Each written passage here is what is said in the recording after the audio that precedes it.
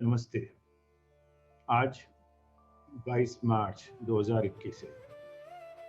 आज से ठीक 1 साल पहले कोविड-19 महामारी की वजह से भारतवर्ष में लॉकडाउन घोषित किया गया था। इस लॉकडाउन को लेकर बहुत सारे अनुभव आज सोशल मीडिया पर, किताबों में और विभिन्न प्लेटफ़ॉर्म्स पर बाँटे जा रहे हैं। मुझे लगा कि इस लॉकडाउन में शोभित विश्वविद्यालय ने क्या सीखा, क्या किया, क्या खोया, क्या पाया? वो मैं भी कुछ उसके बारे में आप सबसे शेयर करूँ।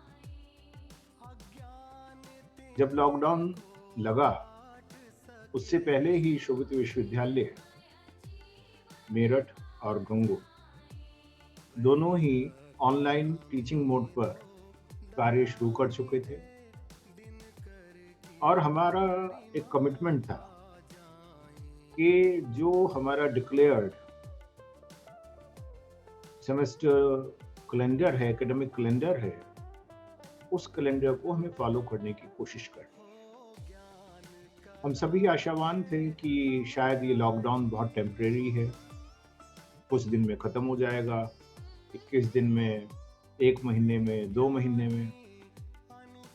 तो शुरुआत में जो भी साधन-संसाधन उपलब्ध थे, उन्हीं साधन-संसाधन के साथ एकेडमिकली इस लॉकडाउन से लड़ने की शुरुआत की गई, जिसमें हमारे पास जो एलएमएस और ईआरपी अवेलेबल थे, उनका भी इस्तेमाल किया गया।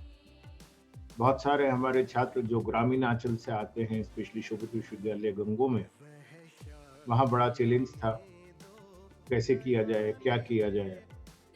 तो यहाँ तक कि व्हाट्सएप, टेलीफ़ोन कॉल्स पर भी ज़ूम, गूगल मीट और माइक्रोसॉफ्ट क्लासेस के अलावा शुरुआत की गई।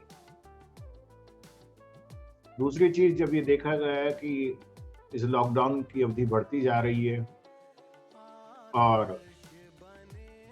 प्रशासन को, सरकार को आपकी आवश्यकता है, तो उस टाइम 2-3 जो बड़े क्राइसिस थे, उन्हें एड्रेस करने के लिए पहला क्राइसिस था क्वारंटाइन सेंटर्स बनाने के लिए। रोज़ अखबारों में खबर आती थी कि एक ऐसा क्वारंटाइन सेंटर बनाया है, वहाँ बना है, वहाँ सुविधाएँ नहीं हैं, वहाँ मुसीबतें हो रही हैं, बहुत दिक्कतें हैं और प्रशासन के पास क्वारंटाइन सेंटर बनाने की जगह भी नहीं है। तो शोभित विश्वविद्यालय ने तय किया कि मेरठ में हम अपने इंटरनेशनल हॉस्टल को क्वारंटाइन सेंटर में कन्वर्ट कर देंगे, 100 बेड के, और गंगो में अपने आयुर्वेदिक मेडिकल कॉलेज के हॉस्पिटल को जो 100 बेड का है, उसे हमने प्रशासन को क्वारंटाइन सेंटर बनाने के लिए दे दिया।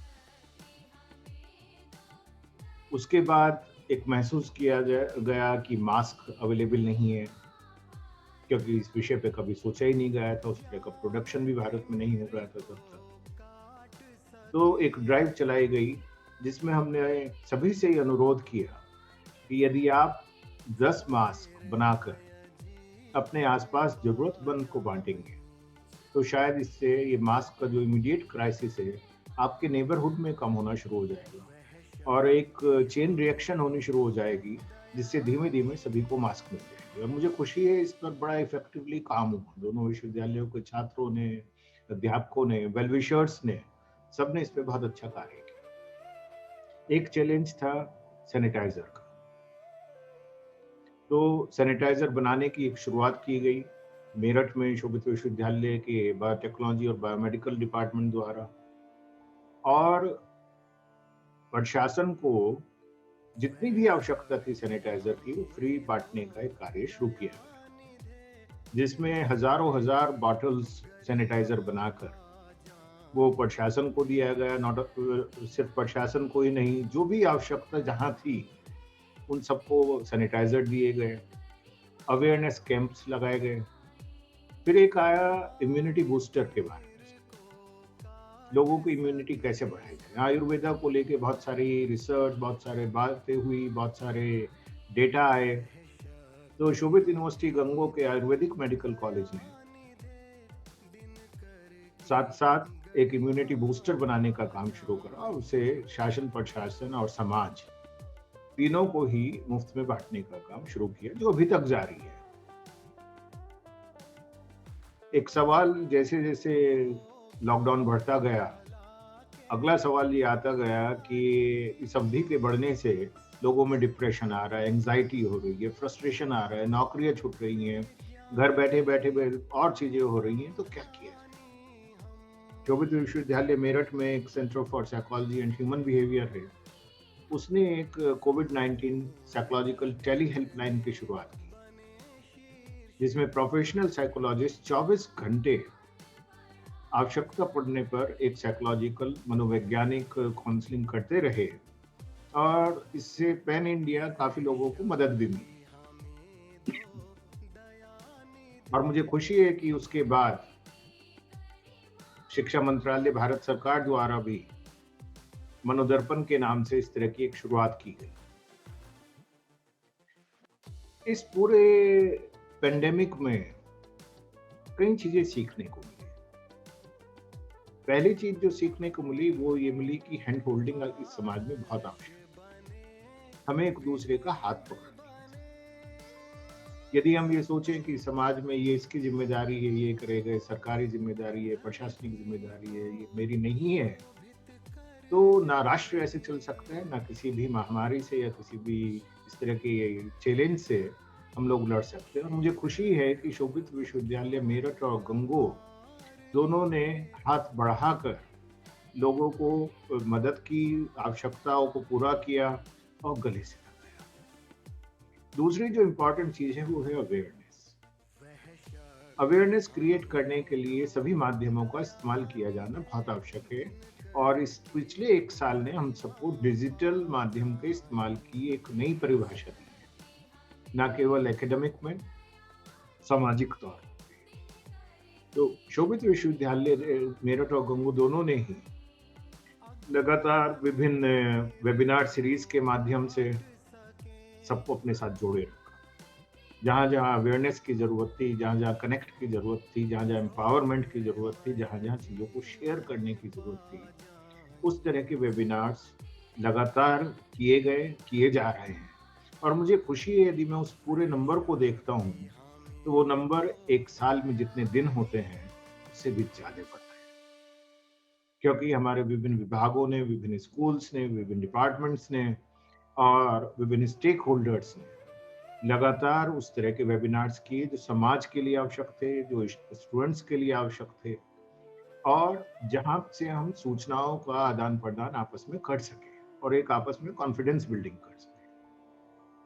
टेक्नोलॉजी के इस्तेमाल को लेकर बहुत सारे पशुपेश, स्पेशली जो वरिष्ठ शिक्षकगण हैं, उनके बीच अक्सर रहते हैं। उन्हें लगता है chalk and duster is the best way to teach. I do not deny what they think, but the world has changed in last 1 year. Shobhit university ने बहुत इफेक्टिवली टेक्नोलॉजी का इस्तेमाल किया और उस इस्तेमाल करने में न केवल हमने बच्चों को ऑनलाइन क्लासेस दी, शायद हम शुरुआती उन यूनिवर्सिटीज़ में से थे जिन्होंने ऑनलाइन एग्ज़ाम कंडक्ट किए, ऑनलाइन वाइवा से कंडक्ट किए, प्लेसमेंट्स की, ऑनलाइन एक्सरसाइजेज़ की और यहाँ तक कि हमारे जो रिसर्च स्कॉलर्स हैं, उन सब के फाइनल प्रेजेंटेशन और वाइवा भी ऑनलाइन किए गए। और ना केवल देश से, विदेशों से, सारी दुनिया के प्रोफेशनल्स को और इफेक्टिवली अपने साथ जोड़ने में हमें इससे मदद की। दोबारा से पेंडेमिक की, कोरोना की दस्तक आज देश में दुर्भाग्यपूर्ण तरीके से दिखाई और सुनाई दे रही है, 1 साल बाद। और इसके पीछे कहीं न कहीं हम सभी लोगों का एक लापरवाह रवैया भी रहा है। हम लोगों को भी जब पता नहीं होता तो बहुत सी बार ये हुआ कि कैंपसेस 50% कैपेसिटी पे खोल दिए जाएँ और चीज़ें की जाए, जो अभी भी चल रहा है। मुझे उम्मीद है कि हम सब लोग इस 1 साल की यात्रा से बहुत नई चीज़ें, बहुत कुछ सीखते हुए बहुत ध्यान रखेंगे और ऐसी कोई भी नौबत नहीं आने देंगे कि दोबारा से हम सबको उस तरह की परिस्थितियों से गुजरना पड़े। इस 1 साल में शोभित विश्वविद्यालय द्वारा किए गए विभिन्न कार्यों को एक्नॉलेज करते हुए अखिल भारतीय तकनीकी शिक्षा परिषद एआईसीटी द्वारा उत्कृष्ट विश्वकर्मा अवार्ड भी दिया गया, जो कोविड के टाइम में समाज के लिए, देश के लिए किए गए कार्यों को समर्पित था। हमारे टीचर्स, हमारे स्टूडेंट्स लगातार बहुत सारी चीज़ें नई थी उन सबके लिए, लेकिन लगातार सबने अपना 100% दिया। इस 1 साल में हमने कुछ अपने बहुत अच्छे साथियों को खोया भी है, और जब हम अपने परिवार में अपने साथियों को खोते हैं, तो उस गैप का भर पाना वो असंभव होता है।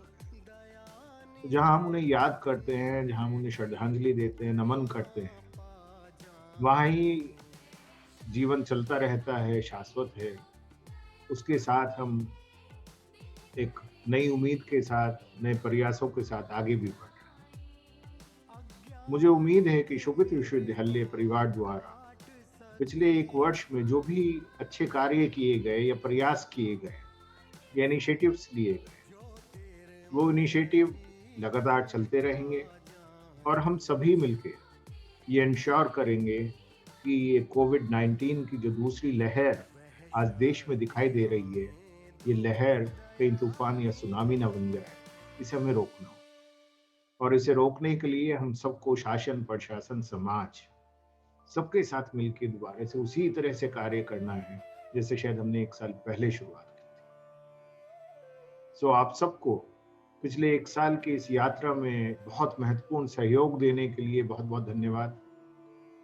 जो भी हमने नया सीखा, उसे इम्प्लीमेंट करें, जो अच्छा किया उसे करते रहें, और शोभित विश्वविद्यालय का जो एक हमेशा से उद्देश्य रहा है कि शिक्षा द्वारा राष्ट्र का सुदृढ़ीकरण, उस यात्रा में अपना योगदान हमारे साथ बनाएं। स्वस्थ रहिए, खुश रहिए। राष्ट्र निर्माण में आपका और हमारा योगदान सबसे ज़्यादा आवश्यक है। इस बात को ध्यान में रखते हुए आप सबको बहुत-बहुत नमस्कार, धन्यवाद।